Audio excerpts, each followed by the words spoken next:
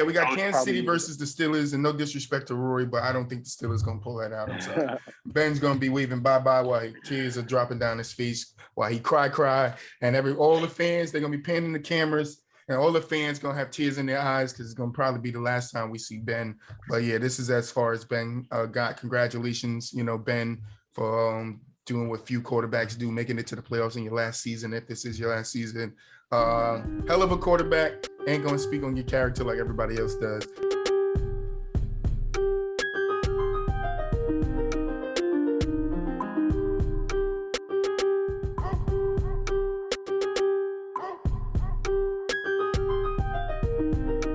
What's up, guys? Welcome back to another episode of From the Sideline podcast. I'm back with Tighten Up. What's up, Tighten Up? Number one seed with the bye. Yes, sir. What's up with it? Number one seed with the bye. I tried to told them. It might be kind of a little easy road, but I don't know. Well, ain't nothing easy. Year.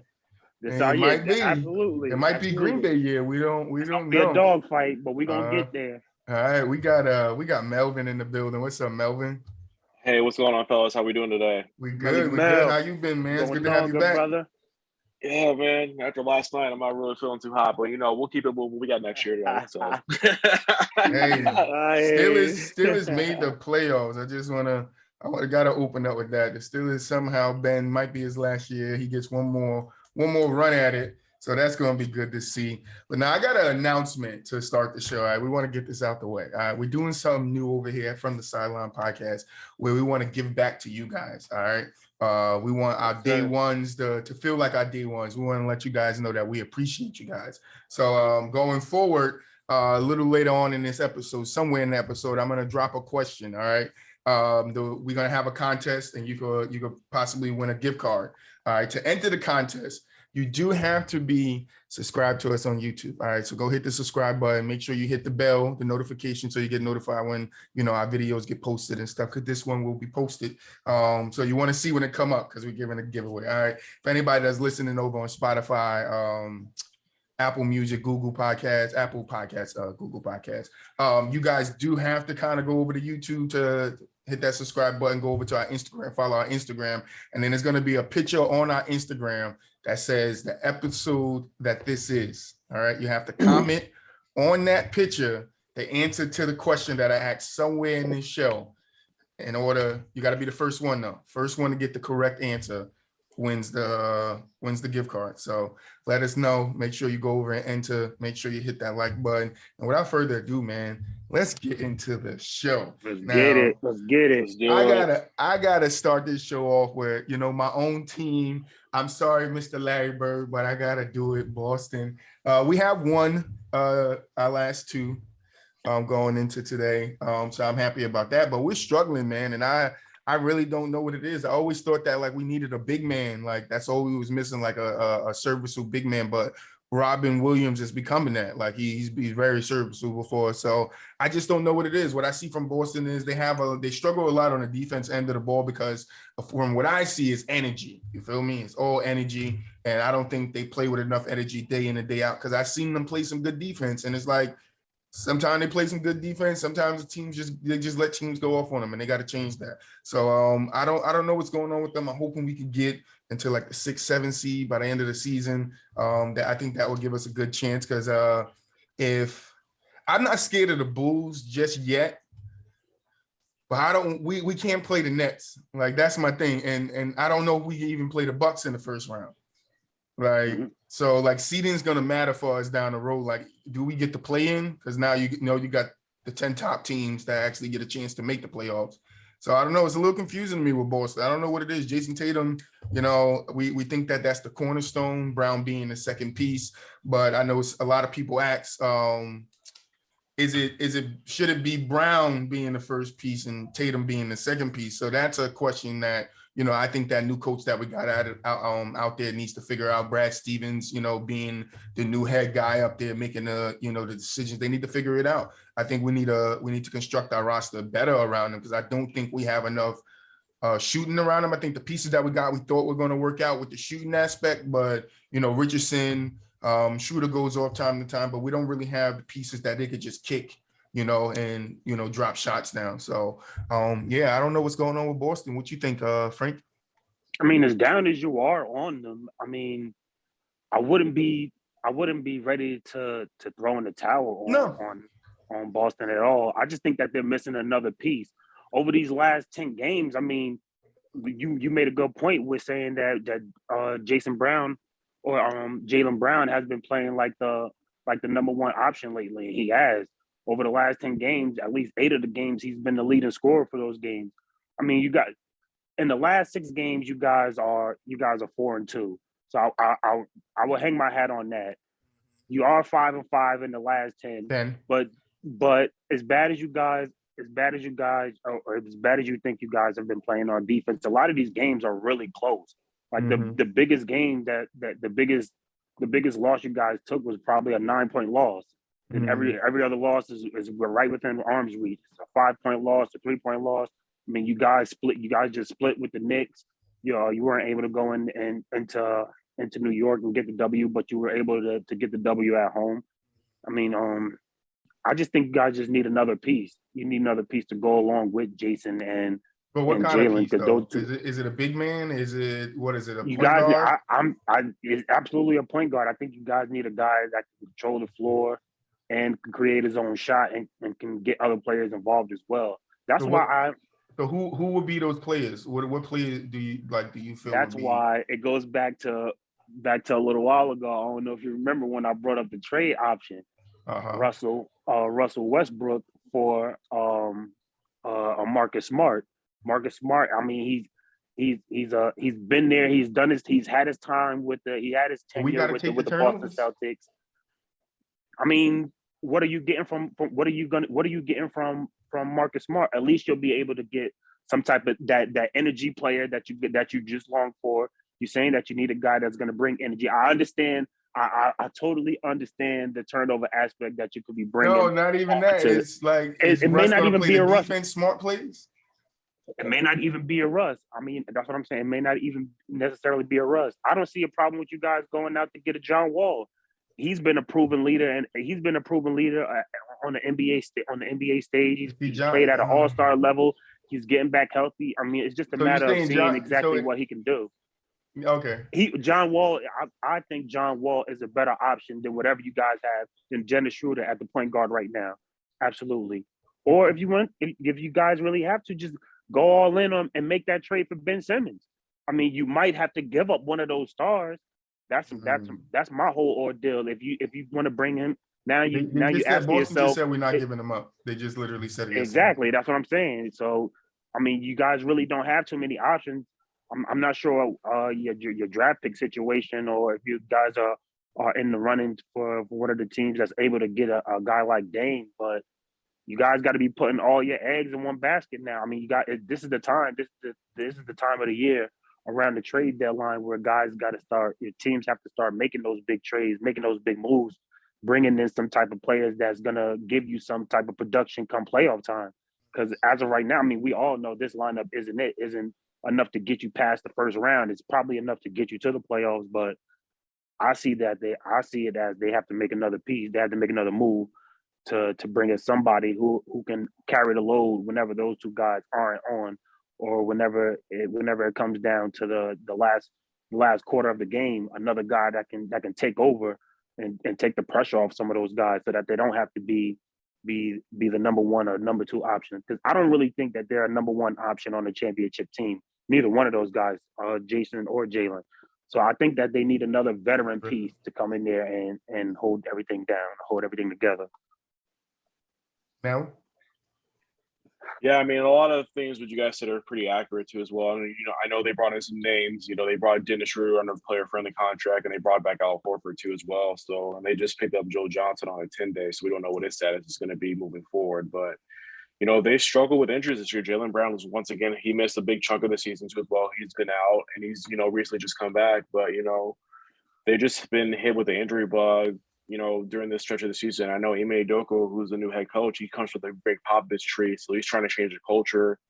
That Brad Stevens had established there for the last couple of years. So when he was the head coach, now he's moved to the front office when Danny Ainge is now gone. and now he's with Utah. So I just think, they just gotta, they need to figure out their rotation. They're playing way too many guys right now, so I think they need to shorten their rotation and make sure the guys that they're bringing in are going to be long term. That way they can have a better fit with them playing each other on the court, which ultimately will result into wins. But as far as moving pieces at the trade deadline, they really don't have anything that people want. I mean, other than Jaylen Brown and Jason Tatum, maybe there might be some interest for Marcus Smart, but I think his kind of skill set is pretty limited. He reminds me kind of like an Avery Bradley type, who's a good on ball defender. He can hit an open shot if he needs to, but he's not going to be that.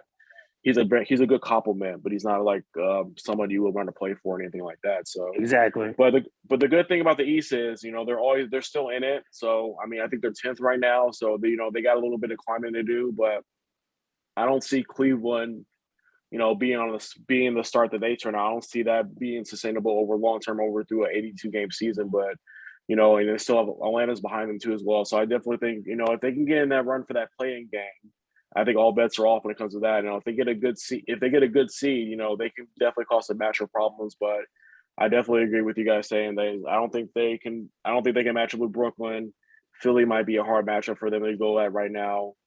So it's definitely going to be interesting to see what it looks like. Maybe they do something at the trade deadline. I just don't know, but because the resources are pretty limited, without having to give up one of those two guys. So it'll be interesting to see what goes on with that. So I mean, I totally agree. I think at some point, I mean, as a Boston fan, you hate to hear it, but at some point, I think they are going to have to decide whether they keep Brown or Tatum. And I think it's getting. A lot of people are pushing towards, Brown, but a lot of people, there's a lot of interest in Brown, I think, more than it is in Tatum. Well, Tatum just got that big, huge contract too, as well. He got that big, huge contract extension. So that's something. So obviously you're investing in him long term. With Jaylen Brown, he just hasn't been on the floor. He missed the playoffs last year, and now he had a wrist injury earlier this year too, where he missed like 10 or 12 games. So, his biggest thing is he just can't stay on the floor. And without that consistency in the rotation, you're not going to be able to establish any chemistry with that. And here on, from the sideline, we like to say the best attribute is availability. Your best ability is your availability. There you go. And it's something got to give, man, because we're a good team, but it's just like we are missing that one piece to like push it there, man. We got to the Eastern Conference Finals. We've been to the, almost to the Eastern Conference Finals again. We beat the Bucks, along that road in the playoffs, But, teams to, if we're really looking at the standings, like Melvin was just alluded to, you got the Bulls and the Nets fighting for first and second place. I think right now it's saying Brooklyn's 2 games back, but from the 10th seed to the second seed is only a 6-game difference. So it's still wide open. Boston is still in there. My biggest worry is like the team that we talked about last episode, which is Atlanta, who's in 12th place right now. And then the Knicks is just, and I think in the same position Boston is, but I think Boston is a better team than the Knicks. That's not me being biased, it's just my opinion. You guys got anything else to add? Or we gotta get to this draft? Yeah, to keep a close eye on that Cavs team, especially with Ricky Rubio being out for the rest of the year and them having Rondo now.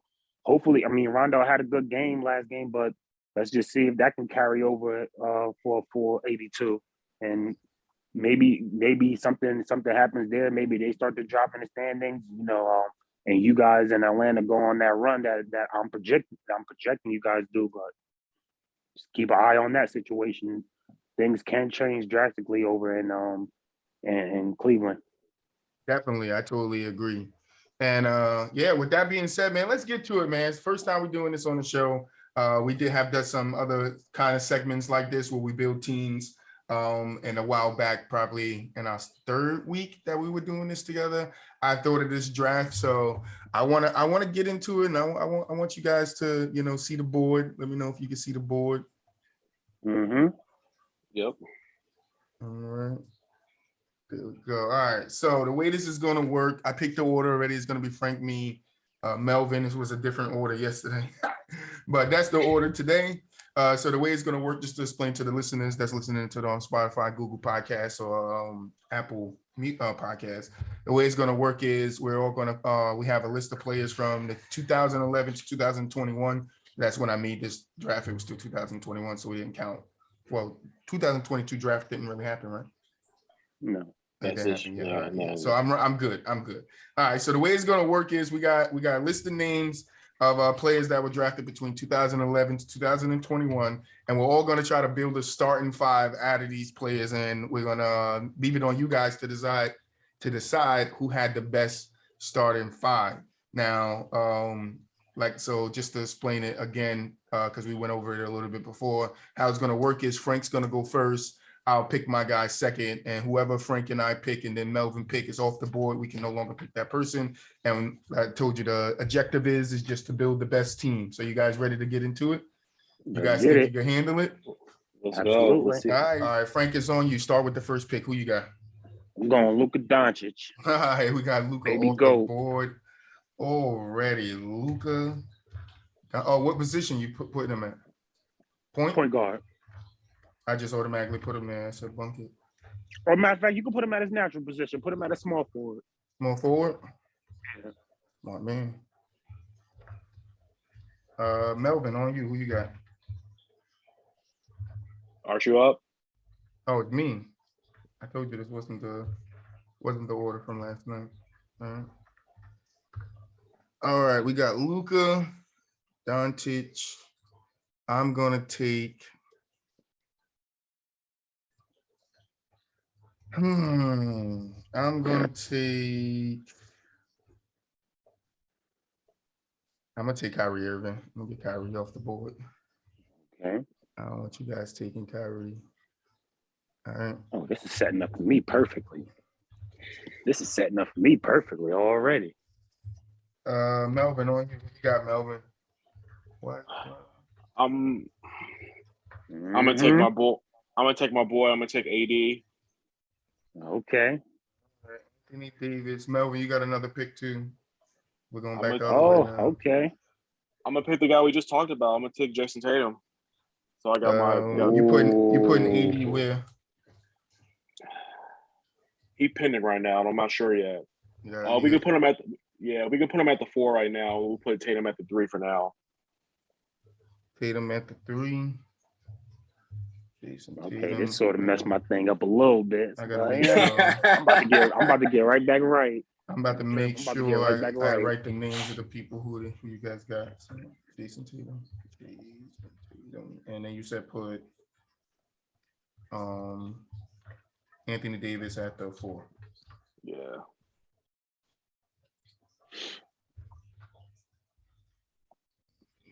It's at the 4. Sorry, guys. My first time doing this. So All right, we're good. And then when I got to do everything and then plus play along, it's kind of difficult. Anthony Davis is drafted. Just imagine a GM on draft night. You know, they're taking calls. They're looking at their board. Like, it's a lot. So. All right, it's on me. All right. Oh man, I don't know if he's gonna fall to me. Better take him now, whoever it is. This set me up perfect anyway. I'm good. I'm taking Joel Embiid, bro. I knew it. It was either him or somebody else. I knew it. Frank, you actually got 2 picks. Mm-hmm. Well, my first one is Cat, so you can just throw him up there. I got the best big. That's for Embiid. Yep. All right, Cat at what, center? Mm-hmm. Put Cat at the 4. At the 5, yeah. You can put Cat at the 5 until further notice. He's like, we're gonna rearrange the teams at the end. Cat. All right. And then my next pick, I'm going shooting guard. I'm going Bradley Beal. Throw him up there. Bradley Beal. Knew Bradley wasn't going. I should have took Bradley, but then Joel would have got taken. And I got Kyrie and Joel. I like that. Bradley Beal. Cat, Luka, and Bradley Beal. Are you kidding me? You kidding me? I just put for your ass. It's on me. I gotta get a good pick here. All right, who we got? Who we got left? I already know where I'm going. So you better grab him. No.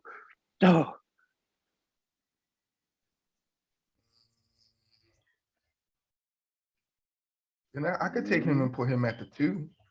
I mean, you're doing it's a lot of. I'm thinking, I can't think.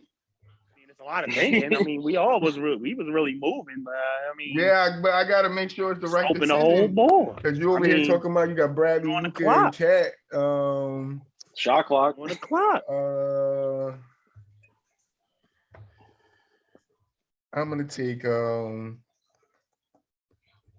taking John Morant and I'm putting him at shooting guard.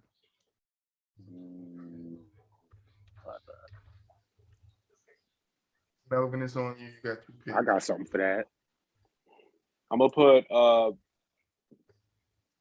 Ben at the 1. Ben Simmons at the 1. I just took John Morant. And then you took Ben. Yeah, I'm gonna put Ben at the 1, and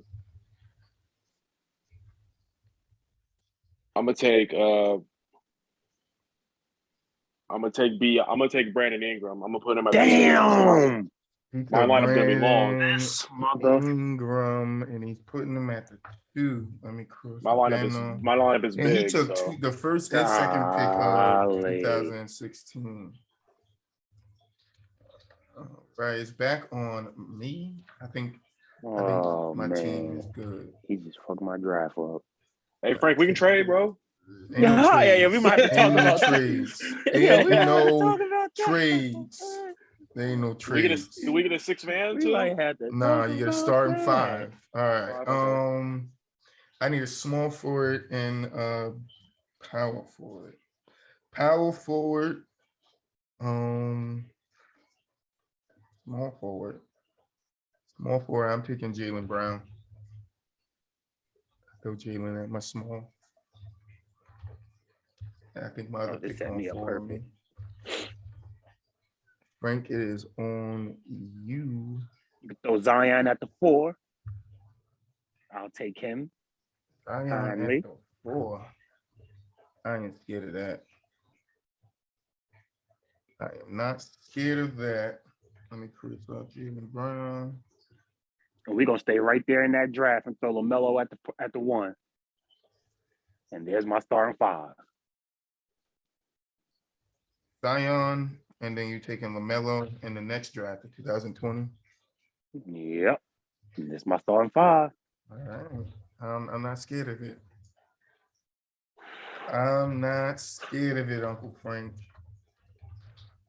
All right, Zion Williamson. For one, can we all agree I got the most exciting team in the league? No. LaMelo. Zion's that's a wild card right there. Zion, yeah, that's what I said. I'm not scared of you. Made your team like with that Zion pick is out the window. If Zion healthy, it's right.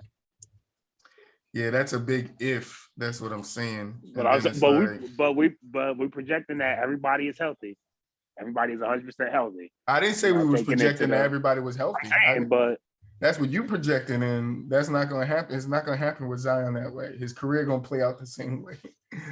And he got Anthony Davis at the 4. You got Zion. I mean, if that's the case, then you can't expect to be seeing Kyrie no time during this COVID. So you only got. Hey, I got him on away games, and that's exactly why I put John Morant. Not even playing. So that's on him.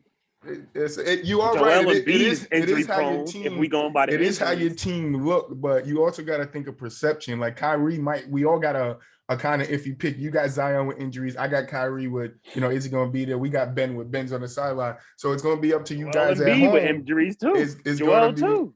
Nah, Joel putting up 40 injury pieces. Prone. He's injury prone. Pieces. That's not the point. 40 pieces. 40 pieces. Prone. Zion 20 pieces. 40 prone. pieces. All right, let me get my last pick. It's between 2 guys. Cat's off the table. Frank took Cat. All right. You kidding me?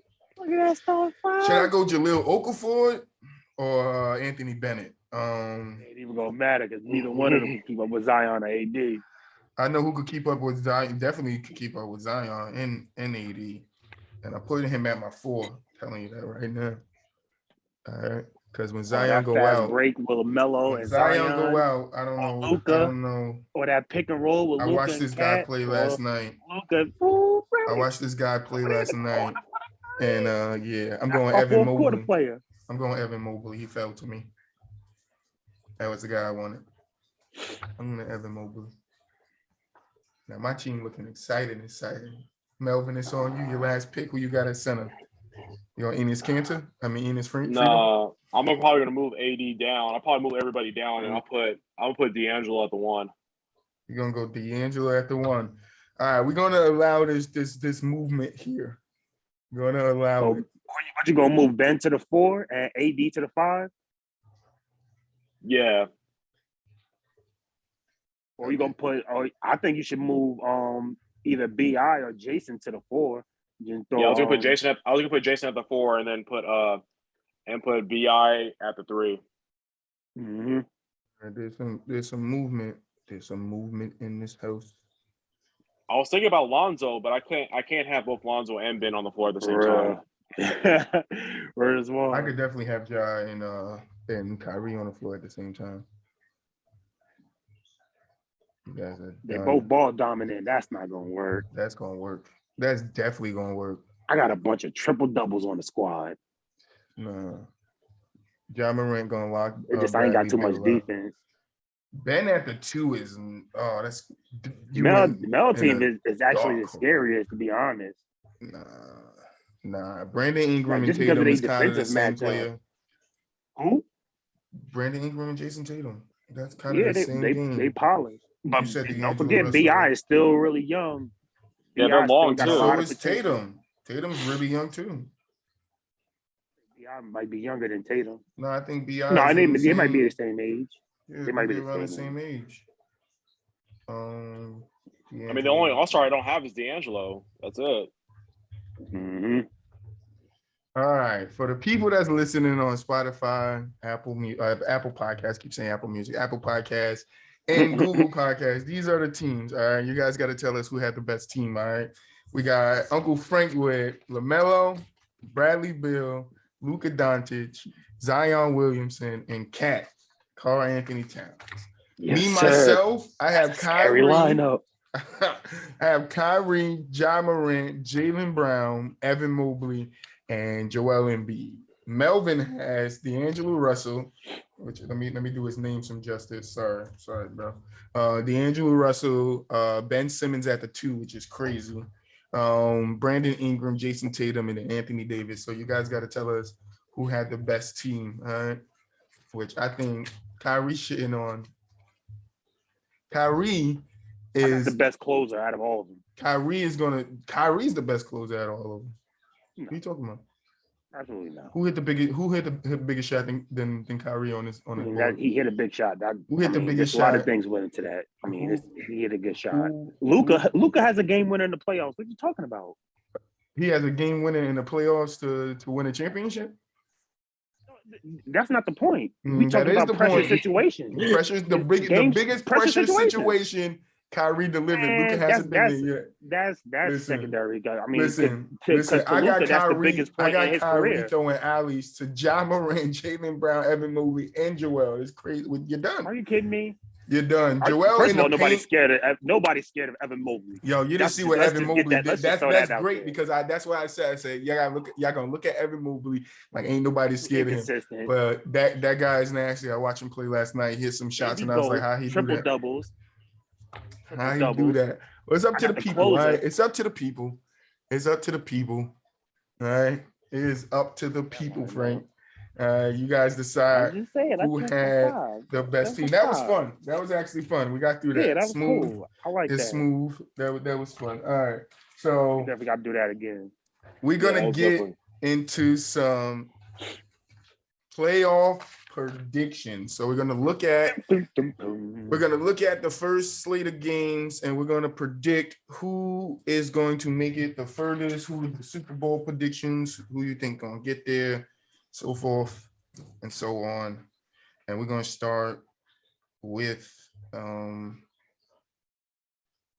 gotta find so do you guys I gotta find the matchup. Sorry, I thought I had it up. I don't have it up. Yeah, I know what the matchups are. Yeah, Howard of editing.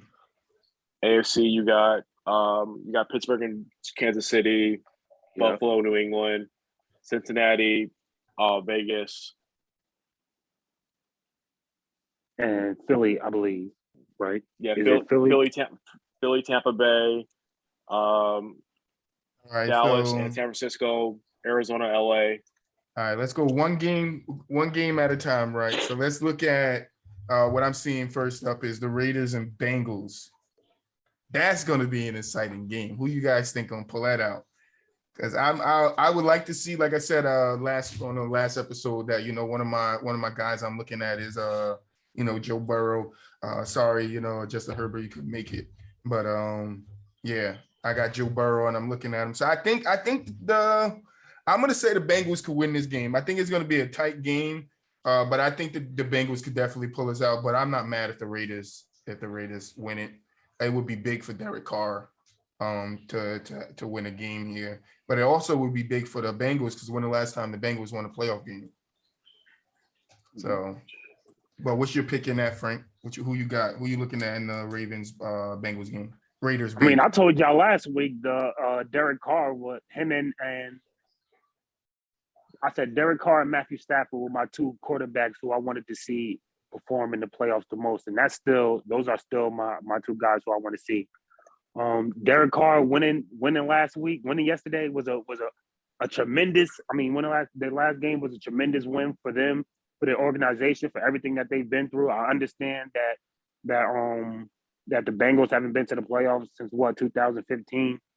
They're a young team. I can see them actually making a few runs in the next couple of years. But I'm looking at this game as a Titans fan, and which team I will be worried about seeing in that next round. I definitely want the Bengals to win because I don't want to have to see that red hot Raiders team and that aerial attack coming to playoffs team. I just think that might be a bad first matchup for our secondary coming off a week where we haven't played, where we're still trying to get back into rhythm. I understand we're going to have Derrick Henry, so that's going to change everything. But fear factor wise, I fear more the Las Vegas Raiders than I do the Bengals. I'm not really sure about that Bengals offensive line and their defense. I know they can really give up some points. I know they can score points, but they can definitely give up some points. So yeah. If they run across a team that can control the ball and keep that offense on the sideline, they'll definitely be in trouble. Melvin? Yeah, I mean, I live in Las Vegas, so obviously, I kind of follow the team a little bit, but not really to like where I'm a fan of them or anything like that. But yeah, that game on Sunday took a lot out of them too as well. If you think about the year that the Raiders had, with being the second year in Vegas with the first year with fans, them opening up against Baltimore Monday night, then we had a lot of doubts about them after that Kansas City loss on Sunday Night Football where they got blown out. But this team won 4 straight at the end of the year. Had a really good game on Sunday against LA, going in overtime. Just everything they went through with John Gruden and Henry Ruggs, and then that other guy who got arrested on like last week after the Colts game for that DUI. So a lot of things didn't point their way as far as making the playoffs, but they ended up going to the playoffs. And then you look at Cincinnati with Joe Burrow is probably going to win comeback player of the year after the year that he's had. He's probably in the talks for MVP conversation with those receivers that he has with. Jamar Chase being a rookie, he's probably going to be offensive rookie of the year too as well. So you have him with T Higgins. That defense is playing really good right now, and they're at home, so that's a good thing to have when you have a first time quarterback who hasn't made the playoffs yet. Playing a game at home is definitely going to be very helpful for him. But I just think that win on Sunday took a lot out of the Raiders. I don't know how they're going to come back from that, especially going on the road in Cincinnati. So I'm gonna go with the Bengals on that one. All right, moving on to the New England and Buffalo game. This is an interesting game for me because it's like you would think Buffalo will win this game, right? I think that's the consensus, right? You guys would think Buffalo will win this game, but I'm kind of thinking I think that would be the consensus. Are they favorites in this game? Does anybody know? Betting man? Yeah, I think they might be like the 3-point favorites. All right, yeah. So like I think the consensus is like the Bills should win this game, but I'm gonna take New England. I think New England gonna find a way to pull it out. Bill Belichick is just that guy, bro. And he showed you with him getting to the playoffs at 10-7 with no Tom Brady, no Cam Newton. I mean, did they even make the playoffs last year? I think they missed it, didn't No, they? they were Right. like missed a 7-9 lot last of year. For him to regroup and get back here and win 10 games with a rookie quarterback, and I mean, it's impressive. So I mean, I trust that guy in the playoffs to figure it out, you know, just to beat other teams with his coaching skills, you know. So that's an interesting game for me. I'm gonna be watching that game, keep a close eye on it to see what happens. Melvin, who you got in the Buffalo New England game? So it's interesting in this playoff run that we have. There's actually two divisional opponents playing each other in the wildcard weekend. You know, you got AFC foes with Buffalo, New England, and in the NFC, you got the Rams and the Cardinals playing each other. So this will be the third matchup for both of these teams. Both of these teams both won on the road. You know, we saw what happened on that Monday night game in Buffalo, where New England won, where Matt Jones only threw 3 passes and they just ran the ball down Buffalo's throat. Then a couple weeks later, we saw Buffalo go into New England and win that game too as well. I mean, this is what we kind of expected from Buffalo. You know, this is the team that we thought we were going to see at the beginning of the year. Obviously, they had a lapse during the regular season, but they kind of ride the ship a little bit after that Tampa Bay loss when they came back in that second half. They started to get the tie back together with that. And then New England, you know, not making the playoffs last year, but, you know, they went big in free agency, spent a lot of money, revamped that defense, got Mac Jones some offensive weapons too as well. And you know, they were one game behind winning the division too as well. But I mean, you can't knock Bill Belichick out of the playoffs that easy, though, too, as well. He's going to have a really good game plan with that, especially with that defense lined up. He knows the recipe to beat Josh Allen, to put pressure on him and get those and try to have him make plays. And they got to keep him inside the pocket. So I can definitely see this being a close game. I definitely think it's going to go down to the wire. I'm going to take New England, though, just because of that pedigree that they have. I think Mac Jones is a very smart quarterback. He's not going to make mistakes. He's not going to do anything that he's not incapable of doing. But I definitely think New England will definitely, you know, they'll squeak one out the road, being that this is their third time they play as divisional opponents. Right. Before we have Frank go, I want to ask a question, right? But I don't need you guys to answer this. All right. After I ask this question, Frank, you can tell us what you think of the Bills and New England game. The question is, I won my only MVP after one guy, right, won 2 back-to-back. All right, Frank, what are your thoughts on the New England Buffalo game? All right, well, you guys already know how I feel about Buffalo. I think that they were overblown throughout the whole year, and I still don't have a ton of faith in them, especially with Tre'Davious White being out. I'm still not confident in their ability to run the ball or their ability to stop the run. But with saying that, I still believe that they probably should have never lost that first game to New England. It was a bad weather game. That was a game where I think Matt Jones only threw like 3 passes, and they ran the ball the whole game. They dominated the game on the ground because of the inclement weather. So I think that played a big part in their first loss. And their second game, you started to see that they started to get a little bit more confidence. I mean, everything is pointing towards the Buffalo Bills right now, especially with Mac Jones playing the way he played, especially the last couple of weeks. He hasn't really been showing you that confidence, showing you everything that he's showing you throughout the early part or the mid part of the season. So he's starting to actually really play like a rookie quarterback, and teams are starting to treat him like a rookie quarterback. But still in all, I mean, Bill Belichick is not the coach that you want to see in the first round, because you know he's going to do everything to take away everything that you do, what you do best. They're going to do their best to take away Stephon Diggs and try to make Josh Smith beat them either with their legs or try to beat them with the run game. They're going to try to show some type of resemblance of a run game to be effective against that Bill Belichick defense. My concern is what Mac Jones are we going to get? Are we going to get the Mac Jones from the last 2 weeks? Or are we going to get the Mac Jones who went on that run beating the Tennessee Titans? I mean, I'm just not sure. That's my biggest concern. Now, legacy-wise, I mean, I think Josh Allen needs this game to stay in that contention amongst the top elite quarterbacks, especially with all these young quarterbacks on the rise with the Joe Burrows and the Justin Herberts, and you still got Patrick Mahomes in the league. And this is his time where it's time for him to start to prove his worth as a elite quarterback and a franchise leader. All right. So let's move on to this game. So this game, the Kansas City and Steelers game, leads to the Tennessee Titans game, right? Whoever wins I the just think Steelers, we get Kansas City game? the lowest seed. Not Yeah, really. so No. Whoever get the lowest seed. So if Oh, Kansas so City, whoever's left out of the lower seed. yeah. Oh, okay. All right. yeah. So yeah, we got So it's Kansas City probably versus the Steelers, and no disrespect to Rory, but I don't think the Steelers gonna pull that out. I'm sorry. Ben's gonna be waving bye-bye while tears are dropping down his face while he cry, and all the fans, they're gonna be panning the cameras, and all the fans gonna have tears in their eyes because it's gonna probably be the last time we see Ben. But yeah, this is as far as Ben got. Congratulations, Ben, for doing what few quarterbacks do, making it to the playoffs in your last season, if this is your last season. Hell of a quarterback. Ain't gonna speak on your character like everybody else does. But yeah, what do you guys think about this game? Start with Frank. To be honest, I'm not so down on the Steelers like you may be. I mean, I really don't trust Not Kansas down. I'm City's just saying they're defense. not gonna win the game. I'm saying I really don't trust Kansas City defense, and they still have a lot of questions on the offensive line. And with the Steelers and their defense and TJ Watt and his ability to get to the quarterback and really affect the game from a defensive line standpoint, I mean, they did see him once earlier in the season where Kansas City really demolished them, but they're gonna have to play that. That was when their defense clicked, their offense clicked, everything came together. If we're seeing that Kansas City, I expect the same results. But if Kansas City can't hold up on the defense, if they can't create turnovers, if they can't create pressure on Big Ben, if it's going to be one of those ugly games that the Steelers seem to love to play in and seem to thrive in, then they have everything on their side to be effective. I mean, as long as Ben doesn't really put them in harm's way, if he can they have the big physical receivers to make plays.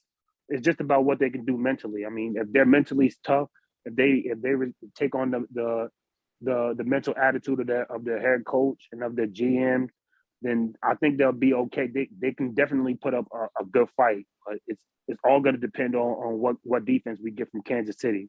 So I'm not ready to just proclaim them as the overall favorites. I mean, they are a favorite. I got them winning the game, but it all depends on that defense, how close Sounds the like game you're is. close to what I'm saying. You're not putting all the pepper I'm putting on it. But Melvin, what you think?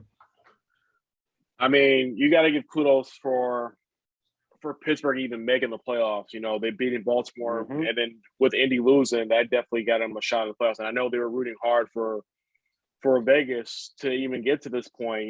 So it's definitely awesome. But I think Pittsburgh's defense is going to be very vital in this game, just because I know what their defense can do. If they can put a lot of pressure on Patrick Mahomes, they can keep the game within reach. But I think if Kansas City starts offensively hot and they get like a 2-touchdown lead, I don't see how Pittsburgh's offense can get them back in the game. We've seen times where Pittsburgh's offense has kind of woken up a little bit, especially against the Chargers on that Sunday night game where they kind of woke up a little bit and came back late. But I just think Kansas City is on a mission this year, especially with the way that they've been playing. Obviously, winning the AFC West this year, but I think if Kansas City's offense, starts off really good, I think it'll be very hard for Pittsburgh to come back from that. And I would hate to see Big Ben, lose on the road in a blowout situation. But you gotta give them credit for them being where they're at. But if their defense can keep in the game, I think Pittsburgh may surprise some folks. But if Kansas City comes out hot, I can see this game getting ugly really quick.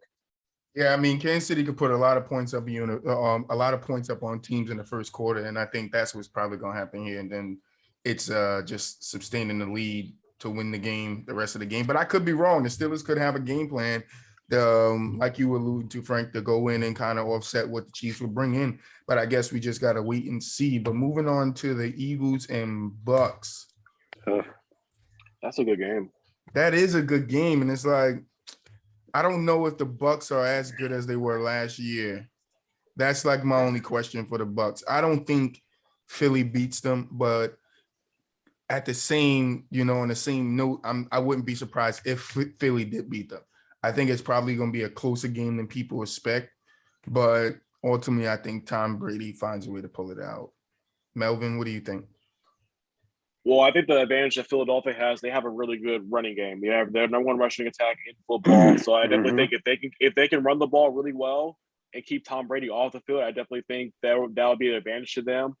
But I think, with Tampa Bay coming in this year, they didn't have the year we kind of expected. And I know everybody's talking about Antonio Brown. And then they're banged up too as well. They have Devontae David and also Devontae Adams, Devin White. they both have been hurt, on the defensive side of the ball. So if, the reason why Tampa Bay won last year, because they're the most healthiest team that was in the playoffs last year, and they played really well and they peaked at the right time.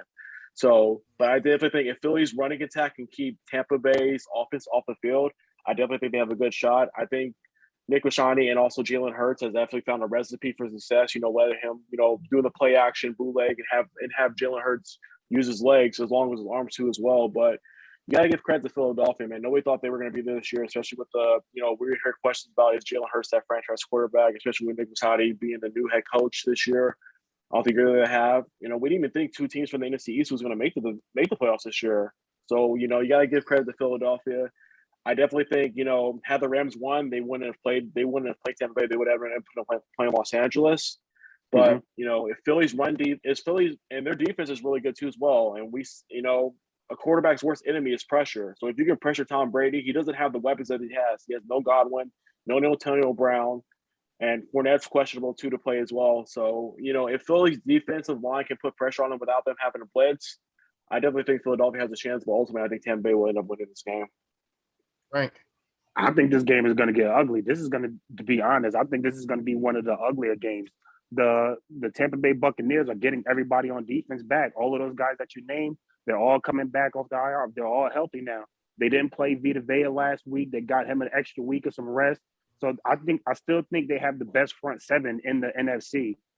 They're right up there with the LA Rams. I think that the Buccaneers are a little bit more consistent on their end with their front seven and the way that they're able to apply pressure.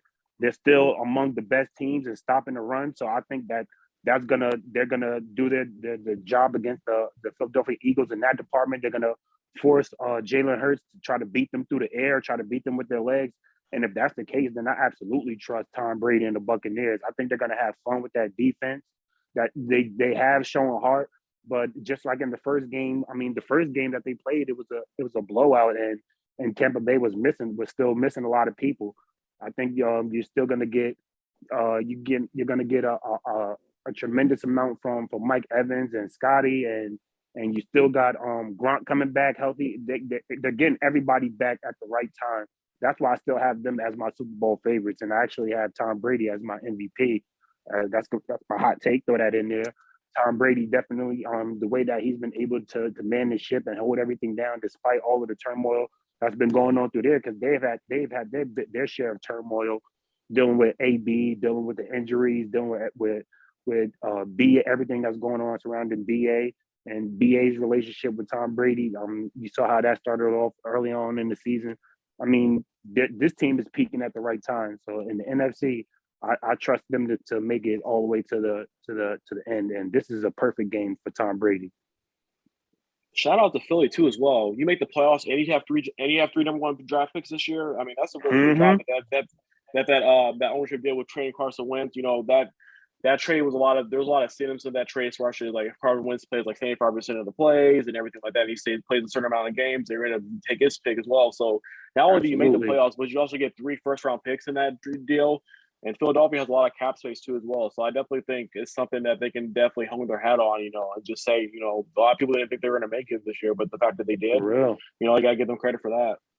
They're definitely going to be one of the most the teams to watch come this offseason. Yeah, see what moves they make. But yeah, I could kind of see what Frank was saying too with Bucks getting their defensive pieces back, but I don't know. I don't see them making it this year. But let's move on to San Fran and the Cowboys. And for me, this game comes down to who you can trust more, because I don't think you can trust none of these teams, either one of them. I don't think you can trust the 49ers, and I don't think you can trust the Cowboys. But and as history does tell a story, I think this game might come down to a missed PI call for a touchdown. I just have a feeling like San Fran wins the game or for missed offensive PI or something. I don't know. It's just like Dallas doesn't have the best of luck in the playoffs. Like they always lose to some wild, crazy, controversial play or something. So starting with you, Frank, what do you think about this 49er Cowboy game? This might be a bad matchup for the Dallas Cowboys. I'm definitely putting them on upset alert. San Fran definitely got the front four to apply pressure with just their front four, so they can drop those other guys back into coverage and try to hopefully force Dak into a mistake.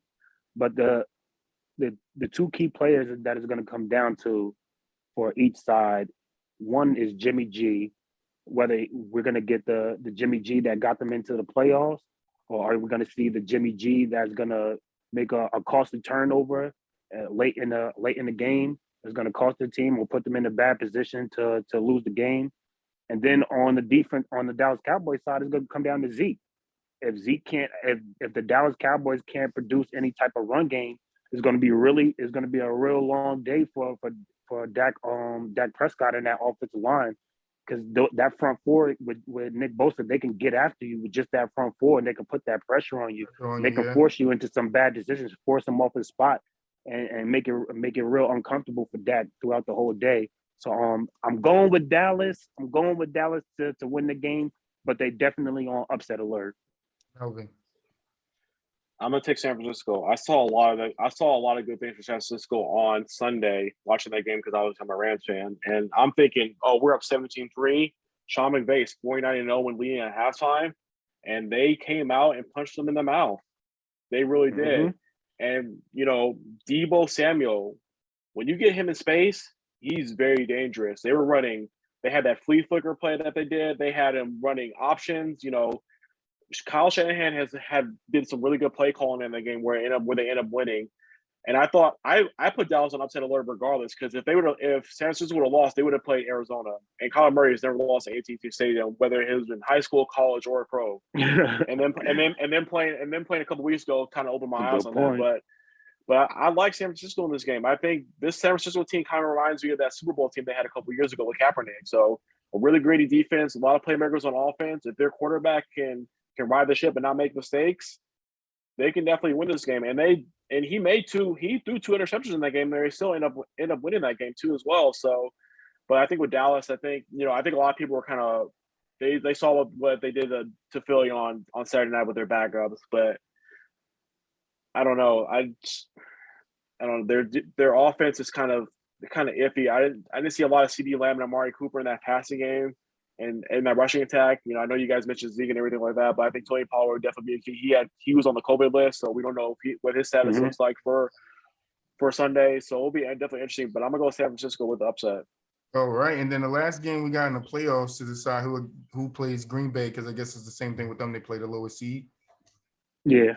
All right, we got the disappointing Arizona Cardinals versus the Rams, and I'm not sold on Arizona, man. I think their drop-off was just too much at the end of the season for anybody to really trust them. I think that Rams defense is going to find some way to slow Kyler Murray down and that offense. And I just think the Rams are going to – I'm not saying it's a blowout, but I just got a feeling they win comfortably, probably like 10 points. Comfortable game for them. I think it will be competitive at some point, because Arizona is a good team, but I just don't think they have that will that they need to win the game. And I think the hype going in on the Rams with Odell being there and Matt Stafford having something to prove on his end, I think that's going to be a good motivational tool for them to go out there and really get this W. Starting with you, Melvin. What you think about this game? It's like I said again with Buffalo, New England. This game has another divisional opponent. So we saw these teams play in week. I forgot which weeks they played, but they were both Monday night games. Both teams won on the road, so that definitely plays a factor in that. I know the Rams are pissed after what happened on Sunday. They shouldn't have lost that game. They should have been able to hold on to that lead, but their defense wasn't playing as good as I thought they would be. But I definitely think they're all this year. All those trades that they made. No trading for Odell, not trading for Odell, but signing Odell, bringing in Von Miller. I mean, they're all in this year. I mean, when the Super Bowl is in LA, they want to make sure they're a participant in it. So I definitely think this will be the first step of them getting into the Super Bowl. I know we talked about Matt Stafford being a Hall of Famer. This is the chance for him to prove it in the playoffs. We were saying that he was missing that playoff legacy in his resume. So, with an opportunity like this, Eli has it.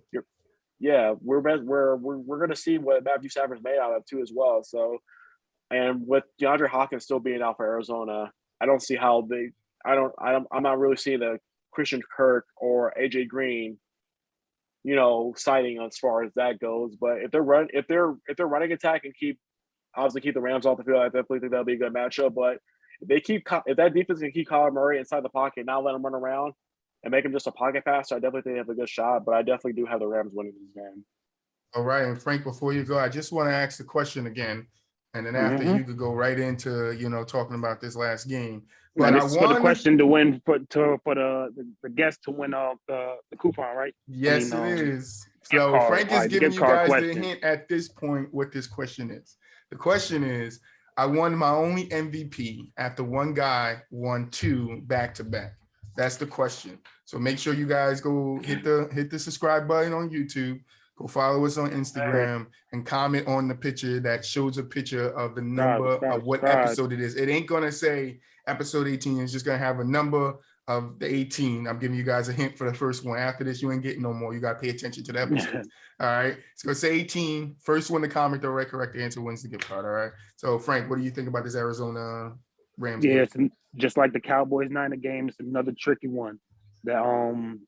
That Arizona defense, they're starting to click at the right time. They're all getting healthy. Chandler Jones has been playing lights out. Isaiah Simmons has been playing lights out. So I think that if they can really put some pressure on that Rams offense, I think they can definitely keep it a close game. It'll definitely get tricky down to the wire. Matt Stafford is definitely going to have to prove his worth this game.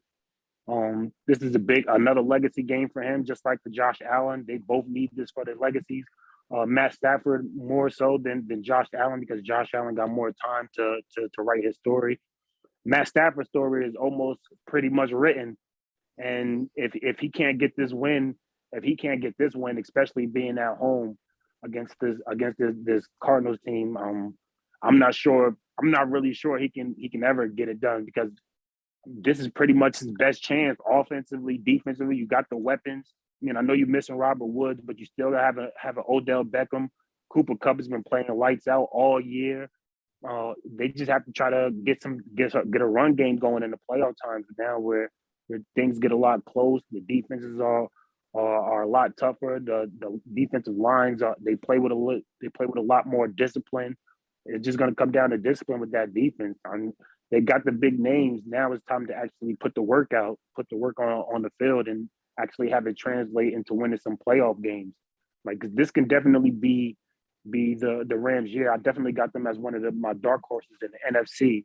So they have the tools, they have the players, they have the coaching to compete on both sides of the ball with any team in the playoffs, AFC or NFC. So it's just a matter of them putting it together, because they have a lot of questions around a lot of guys, and that's why you bring in a guy like Von Miller to help shore up things like that. Bring in another veteran piece on the defense to shore up that run defense. And I mean, they held their team. They held whatchamacallit with the 0 points last week, and their comeback loss. I mean, so the offense really has to show their work. They have to show that explosion that everybody projected them to have when you brought in a piece like Odell Beckham to add with a Cooper Kupp and a Sean McVay. It's about time for those guys to start creating some opportunities for those guys to really win games. Yeah, I totally agree. I mean, this is definitely going to be their time to step up and show what they got. Can you finish off the legacy with a championship? I don't know. So I got one more question for you guys before you move on. Give me the 2 teams, one on each side, that you think go into the Super Bowl. Start with Frank. You already know how I got from the AFC. We ride on high with the Titans. I think they're the most complete team out of all teams in the and left in the playoffs. Right, them and Tampa Bay.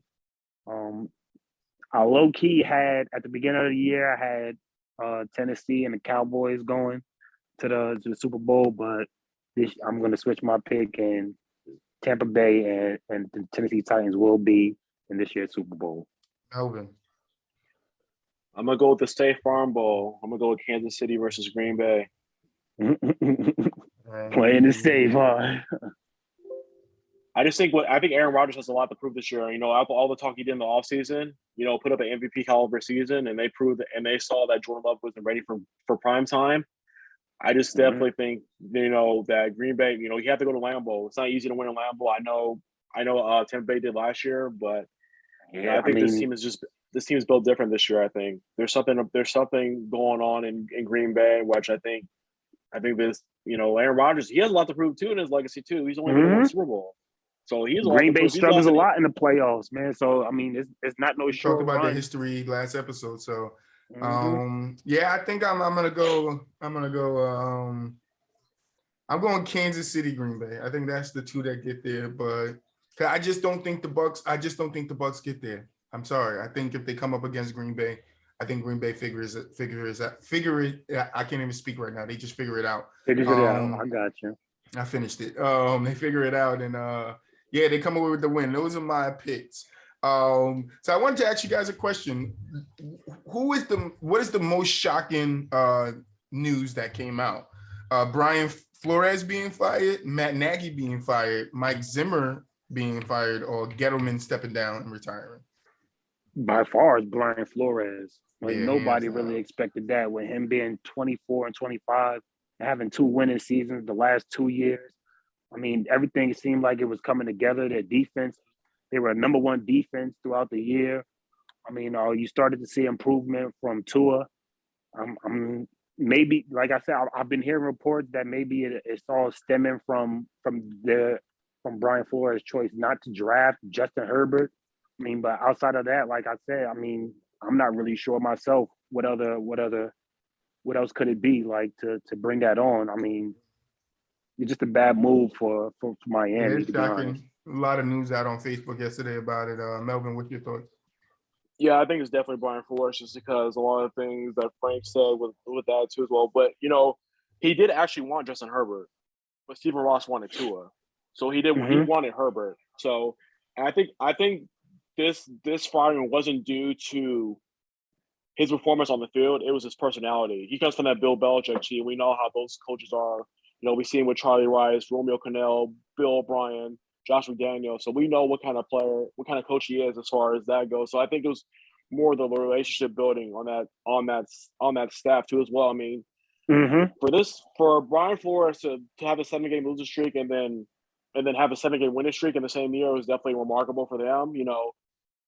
Obviously that loss to the Titans in week 17, knocked them out of the playoffs. But there was a lot of rumblings in that building too as well, especially Tua's name getting floated in trade talks about, they were in the running for Deshaun Watson. I've been hearing through different sources that had those accusations been settled, he would have been a Dolphin.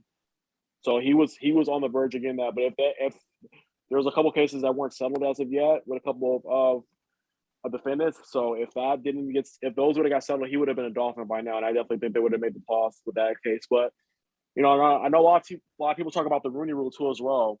There was only 3 black head coaches in the NFL. They're all in the AFC, with David Culley being in Houston, Mike Tomlin in Pittsburgh, and Brian Flores in Miami.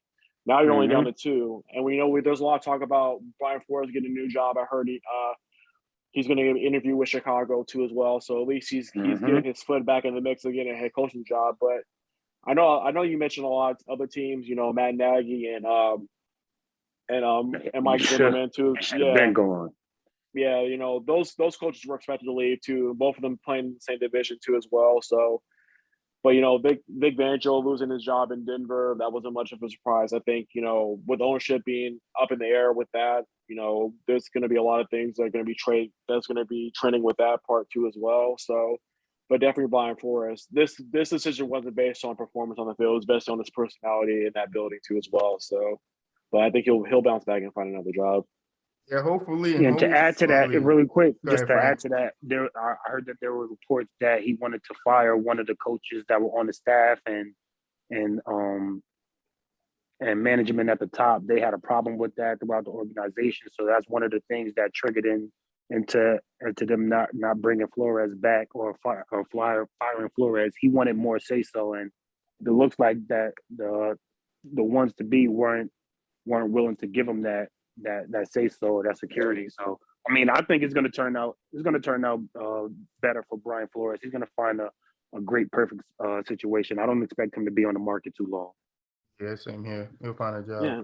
Stephen Ross is not a hands-on owner too as well. He only flies in for game days. He's not really into the day-to-day things too as well. So he's like kind of one of those sideline owners too as well. So They'll be definitely Exactly. see where they go. I mean, that division is definitely, they're kind of trending in the wrong direction, especially with the way New England bounced back and you got Buffalo, and obviously you got the Jets who are still in the basement. But they have a lot of draft capital. They have some places around them. I think Jalen Waddle was a great pickup for them in the draft this year. So they got some weapons, but they just got to give Tua that security, knowing that he is their guy. That way, we saw what happened when the trade rumors went down. They went on that 7-game win streak, and he was playing a lot better. I think he led the league in completion percentage this year too, as well. So, Yeah. But you have to give him that opportunity to prove it and not have that lingering in the back of his head. And I definitely think he needs an offensive-minded head coach. Brian Flores being a former defensive coordinator, I think he definitely needs an offensive-minded head coach, to take him to the next level. Gotcha. Oh, right. I totally agree. We definitely agree, and we're going to see what happens. But let's get into the second draft of the show. We're going to end the show off with this draft. Again, if you guys at home on Spotify, Google, and Apple Podcasts, I changed my mind. If you guys want to enter the contest, just go over on Instagram. Make sure you subscribe to our page and then comment the answer down below. All right? You don't have to come over to YouTube because you're listening to us on those other platforms for a reason. So that's messed up of me to try to make you guys enter our contest by going to YouTube. All right. So whatever platform you're, just make sure you're listening, downloading, following us, give us a rating, and then go follow us over on Instagram and give us that answer. All right. So moving into the draft now. We did this draft a little while ago. Melvin, I'm not sure if you was here for that draft. I don't think so. No. No, So the way this draft is going to work, so the draft we did before was current players that's actually active in the NFL today. And now we're going to do all-time NFL 21-0 Super Bowl team. That means you have to build a team that's going to be undefeated and win the championship. They never lose a game. All right. So you're going to give me a quarterback, a running back, a wide receiver, a tight end. What are we doing? 3 linebackers, a kicker, no punter because a O-line, a defensive line, 2 corners, and 2 safeties. All right. Okay. You got it, Melvin? You good? You got any questions? Yeah. So for the O-line, D-line, are we picking individual players or are we picking like a team O-line? Just one team's O-line. Okay. All right. That's the only one. We're gonna make that one simpler because it's too many chess pieces that go into O-line. Yeah, too many tackles and guards and centers and stuff. Yeah. All right. So basically it is just between you, Melvin, and Frank. So you guys are gonna discuss amongst yourselves. All right. And then tell me who you guys want me to put down. All right. So can I just start it off with quarterback? Can we just put Tom Brady at number 1? I mean, it would either have to be Tom Brady, Peyton, or Joe Montana. I would go Tom Brady unless you got another name who you might want to throw in there. No, I would. It was a toss-up between Montana and Brady. Mm-hmm. Are we going Tom? Yeah, I'm gonna say Tom. Yeah. Melvin. Tom. All right. So give me your running back. Woo. Now, Melly, I'm gonna hear your running back first. I'm gonna go Barry Sanders.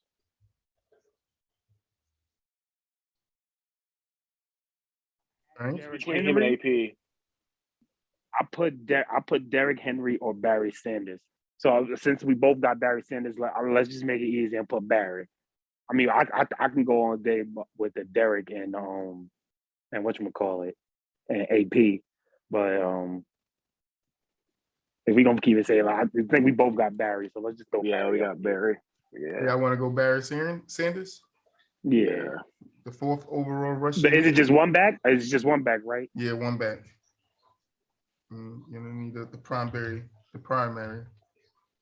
Barry Sanders. All right, number 1 wide receiver. I had to change the color on this. All right, I'll go Jerry. Gotta go Jerry. Yeah, you gotta go Jerry. Yeah. We're going Jerry Rice. Yes, sir.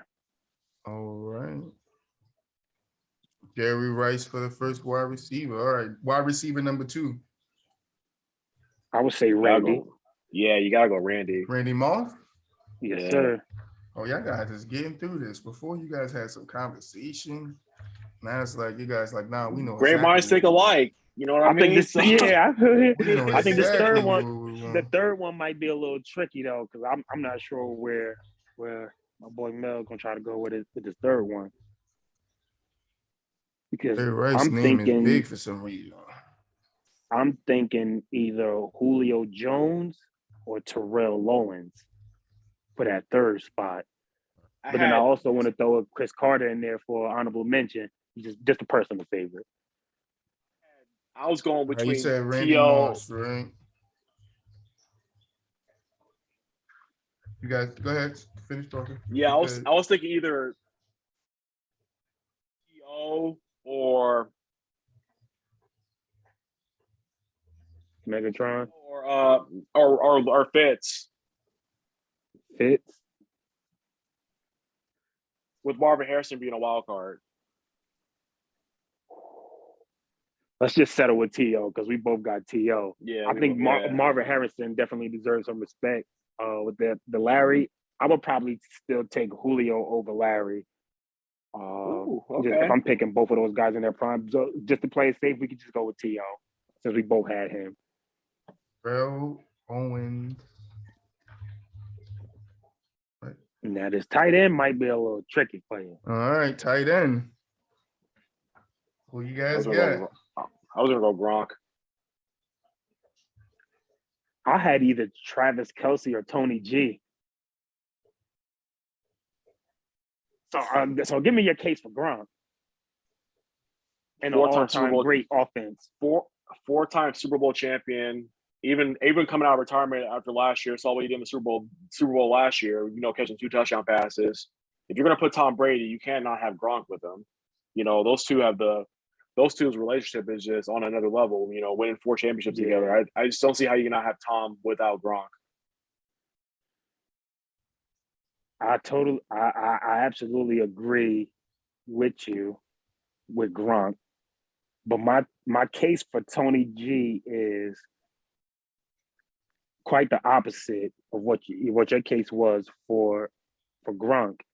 I mean, I'm giving Tony G the nod because he didn't really have all of those great quarterbacks throughout his whole career. I mean, he did have Matt Ryan, he had Trent Green for a while.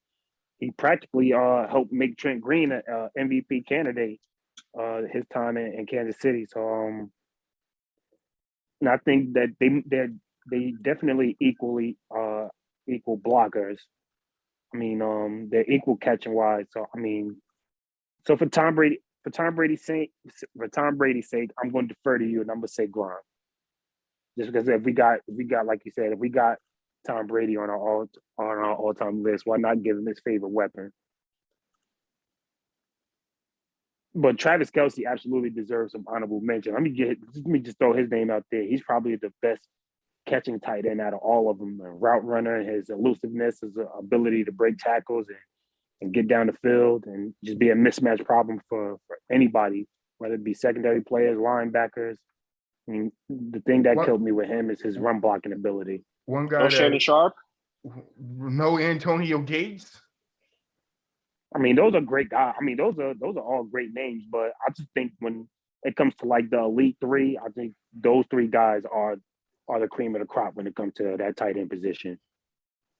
Yeah, I think with Antonio Gates, he was never the best tight end in football. That's my thing on Antonio. Linebackers. Let's get to these 3 linebackers. You got to tell me middle, left, or right? Those are 3. Yep. I'm going LT, Ray Lewis, Dick Butkus. You can let me know who you think we should take out, or who. Let me know some other names you got. I like Ray Lewis and I like LT. So those are the 2 I definitely would have picked. Dick Butkus. Dick Butkus.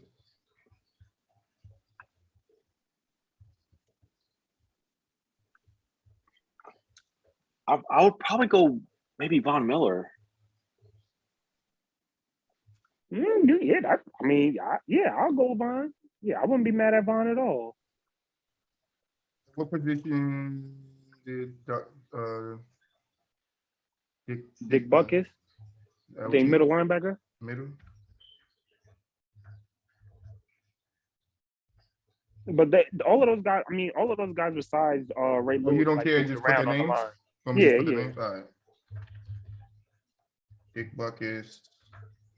And LT, they really moved a lot. They moved around on defense. Yeah. And my case for Dick Buckets is he played in such a gritty era. He played in the era where they was just tough. Like that's when football was really becoming a known sport, and on the defensive end, just his impact on those great Chicago Bear teams, and just his impact throughout history. I mean, yeah. Butkus. That's right. Yeah, that's right. Yeah. All right, I need one more linebacker. Ray Lewis. We could throw Von Miller up there. Oh yeah. Ray Lewis or Von Miller? No, I thought he was gonna go LT, Von Miller, Ray Lewis. I mean, you could. Yeah. I mean, we could leave Dick Buckets up there. I mean, you said Dick Buckets, so you want to take Dick Buckets off and put? No, I said Dick Buckets, but he said Von Miller, so I just decided with Von Miller. Who y'all picking? I'm just writing the names that you're saying. You got to pick. So who y'all picking? I mean, the only ones we didn't agree on was he said Dick Buckets and I said Von Miller, but we had both Ray Lewis and Lawrence Taylor. All right, so I'm gonna put Ray Lewis then, and then you guys got to give me one more. I'll go with Von. I mean, I wouldn't be mad with going with Von at all. I mean, especially the new age linebackers, his ability to cover, get sacks, create pressure. What he did for the Denver Broncos all those years, he's absolutely worthy. Super Bowl MVP, like exactly. Brian Urlacher. So you're going Von Miller? Yeah, I like Urlacher too. Von Miller is the contender. Like, there's a lot of guys. There's Junior Seau, Jason. Yeah, Mike Singletary, Derek Thomas. I'm saying, there's a lot of guys. It's a bunch of them. But I need your kicker now. Who's kicking for the team? You gotta go Vinatieri, right? Yeah, AV. I go with that one. I thought you might have had somebody else. I was expecting a little bit kickback on the kicking one. I mean, it was either him or Gutowski, or maybe Justin Tucker. But the fact that New England wouldn't be what they were without Vinatieri's 3 kicks in those Super Bowls. Exactly. Adam Vinatieri, right? Yeah. Mm-hmm. Or you could just put Adam V. You ain't got to put his whole name. You know what you're talking about. Yeah, y'all know who I'm talking about. But what about the viewers? Yeah. I'm pretty sure they all know who you're talking about when you say kicker Adam V. Adam Vinatieri. I mean, pretty much synonymous with the viewers. I think that's how you spell it. Vinatier. Yep, that's what we're going with. All right. What team offensive line all time are we going with? No, I was going to go with probably that 94, 95, 94, 90. What was it? Yeah, 94, 96. Dallas Cowboy offensive line. Offensive line. Yeah, I was looking at that Cincinnati big offensive line from with Anthony Munoz and all those guys on there too as well. Yeah, I know. Anthony Munoz, he's one of my favorite offensive linemen. I got him actually as a GOAT. Either or would be fine. I'll say I want to say make my case for the Cowboys. They happen to lead they had a running back too. They helped their running back get the record, and as a collective, I think they were more, I say, more consistent as a collective group. I mean, even though they had some great years with those Boomer years and Cincy, they had a really great line. I mean, even in the 80s as well. I mean, so I would probably still say the Dallas Cowboys. Yeah, I guess give me you're the right. year too. I need the year. That was 94, right? Yeah, I would say 94. You agree? Yeah, we can do that. 94 Dallas Cowboys? Mm-hmm. I gotta change the color on these. All right, now I need your offensive line. We here you got? I mean, defensive line. I was gonna go with that first Giants team with Shanahan and Yosororo and Tuck. I mean, they stopped the greatest team in NFL history.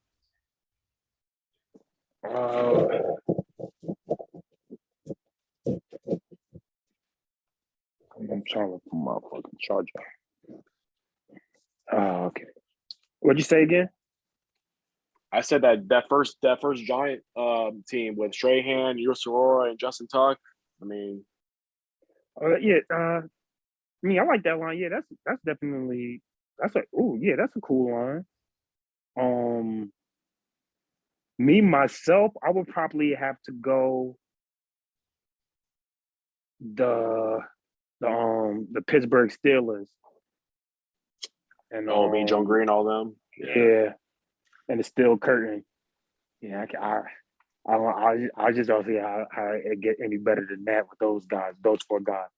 The way that they were able to create pressure and set the trend for great defensive in the leagues and dominant defense is how they're supposed to play. I would probably say either them or the Rams, that early Rams team, or the Purple People, Deacon Jones, or the Purple People, with the Minnesota Vikings. Minnesota, 70s, yeah. I'm leaning more towards the Steel Curtain though. Yeah, I'll give you that. Yeah. I mean, I'll find out the exact. I mean, doesn't matter which year. Yeah, I think 75. Yeah, I think because they had a couple years together. So I mean, they had a couple great years. I don't want to single it to just 1 year, especially with that defensive line.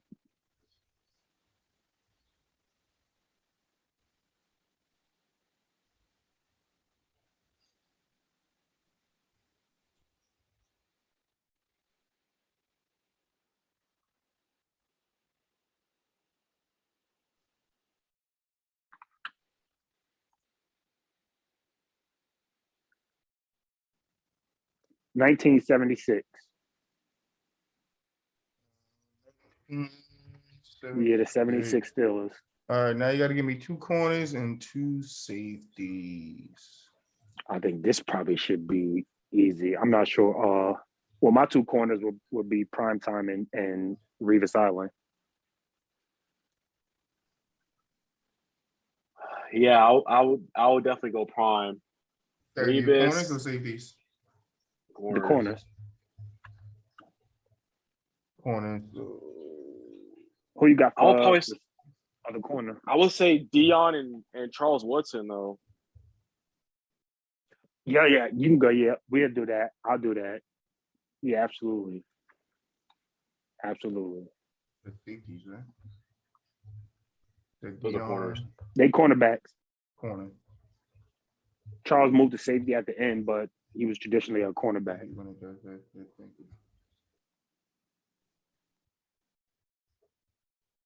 And then for safety, I don't know how you can go against Troy Polamalu and Steve and Ed Reed. I know some other great names, Ronnie Lott. I was gonna say Polamalu and Ronnie Lott. Oh, I'm an Ed Reed guy, man. That might be the toughest one. Those might be the toughest. I would take Ed Reed over Troy Polamalu. So it really came me between Ronnie Lott and Troy. And who was the other corner? I'm sorry. Charles Woodson. Yeah.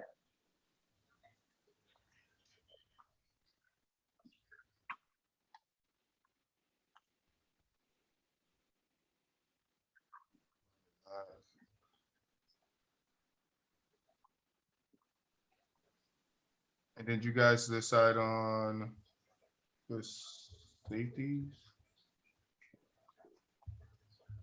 Yeah, I think that's the one that's kind of tricky right now because we decided on. It's definitely out of Troy Polamalu, Ed Reed, and Ronnie Lott. I think we might have to leave Troy. Yeah, we might have to leave Troy off. Yeah. as much as even though we both agreed on a Troy, I think we might have to leave him off. Yeah, I can definitely see that. But those are safeties are very deep, man. Because you also got I know. you got Brian Dawkins. He was the safety's like really deep though. That's like the one we've had a tough time with, just with everything's going on. But yeah, safeties is definitely something that you got Darren Wilson, obviously like Sean Taylor. We don't know what he could have been like. Cam Chancellor, like with that Legion of Boom, like. Oh my goodness. John Lynch too. I mean, yeah, Rodney Harrison. Like, there's a lot of good safeties. Water, like, yeah, word is one. Like, it's a bunch of guys we can name, but I just think Ed and Ronnie are like the cream of the crop. Yeah, those definitely really, those two really changed the game too as well. So I think from the standpoint, Troy had the same impact too as well. But I think the thing that was hurting Troy is like he didn't really have any other good defensive players around him. He had like James Harrison, but like if you're comparing James Harrison to like a Ray Lewis, it's kind of like not even fair for that. But yeah, Ed Reed definitely he was lurking back there for sure. So he made ball hawks. Yeah, he made receivers think twice about coming down the middle. We're going Ronnie Lott? Yeah. All right, Ronnie Lott and Ed Reed. Yeah. I mean, if Ed Reed was playing today, he'd be thrown out in every game. Absolutely. Yeah, for real, yo. He would have been too much of a liability on defense. Right. All right. We put the team together. Too, man. Let me fix it up for you guys so you can see it because it's wilding right now. They put up 40 every game and only giving up like 10. Yeah, if that, if that, this is crazy. This is a wild defense. I mean, a wild team. Well, let me see. I'm just trying to get it so you guys at home see the whole thing. All right, there you go. So for the listeners on Spotify, Google Podcasts, Apple Podcasts, the team that Melvin and Frank build all time 21-0 Super Bowl team, right? Undefeated. They're doing better than what the Patriots did, right? Yeah. At the helm, quarterback, we got the very own Tom Brady. All right, we got at running back Barry Sanders, at wide receiver 1 Jerry Rice, wide receiver 2 Randy Moss, wide receiver 3 is Terrell Owens. Their tight end is Rob Gronkowski. 3 linebackers, Ray Lewis, Lawrence Taylor, Von Miller. Their kicker, trusted Adam Vinatieri. Their offensive line that they're taking is the 1994 Dallas Cowboys. Their defensive line is the 1976 Pittsburgh Steelers. 2 corners, Deion Sanders, Charles Wilson. 2 safeties, Ronnie Lott and Eric Reed. That is our undefeated team. All right, so you guys at home got to let us know if you could build a better team than this. All right, undefeated, 21-0. Never been defeated. And yeah, man. With that being said, that brings us to the end of the show. So let's get into these final thoughts. Melvin, what are your final thoughts, man? I mean, shout out to the city of Atlanta. I know we kind of knocked them down a little bit for them not being a true traditional sports city. I kind of compared them to Miami too as well. Like when their teams are hot, they're playing. They're in the building. When they're not, they're not. But just the past year alone, we see the Braves in a World Series drought. They were crowned World Series champions, and then we see Georgia last night in a 40-year drought becoming, college football and national champion. So, shout out to the city of Atlanta for them doing that. Now, we saw the Hawks last year be in the East College Finals in Atlanta. The Falcons, they still can't recover from 28-3, but definitely shout out to the city of Atlanta for them having two champions this past year. So it's definitely awesome to see that too as well. And kind of get a little parody to college football now. We see Alabama, this is the second time we see Alabama, Georgia within a little bit over a month span. But, Georgia did what they had to do last night. They proved their doubters wrong, and they got the dub. So you got to give University of Georgia a shout out and much respect in the city of Atlanta. So, I know it's definitely something that they've been striving for a long time. The fact that, not a lot of cities can say they had 2 champions winning this within the same calendar year. I know the LA did that 2 years ago with the Lakers and the Dodgers, but the fact that they were able to do that, gotta give them props for that. So shout out to the city of Atlanta for doing that too. And it's gonna be interesting to see shout out playoffs this year. Yeah, it's gonna be interesting to see what the playoffs look like this year, especially with the extra playoff, with the extra regular season end up being an extra playoff game this year too as well. And I don't know about you guys, but I'm not really feeling that Monday night playoff game. I think it gives a team a disadvantage for having to go on the road the next week on a short week. I definitely think they should have corrected that. They could have put 3 on Saturday and 3 on Sunday, but they did a Monday night there. So that kind of tells you that TV money rules the world too as well. So Absolutely. Yes, it does. Frank, final thoughts. Final thoughts, man. Shout out, big, huge shout out to Tennessee, Nashville, to my Titans, man, for manning the ship while Derrick Henry was down, and we still able to get the #1 seed throughout the playoffs, home field advantage. This is, as a Titans fan, this is our best opportunity to get to the Super Bowl. This is one of our closest. So I'm taking it all in as we go along. I'm hoping for the best. I mean, I'm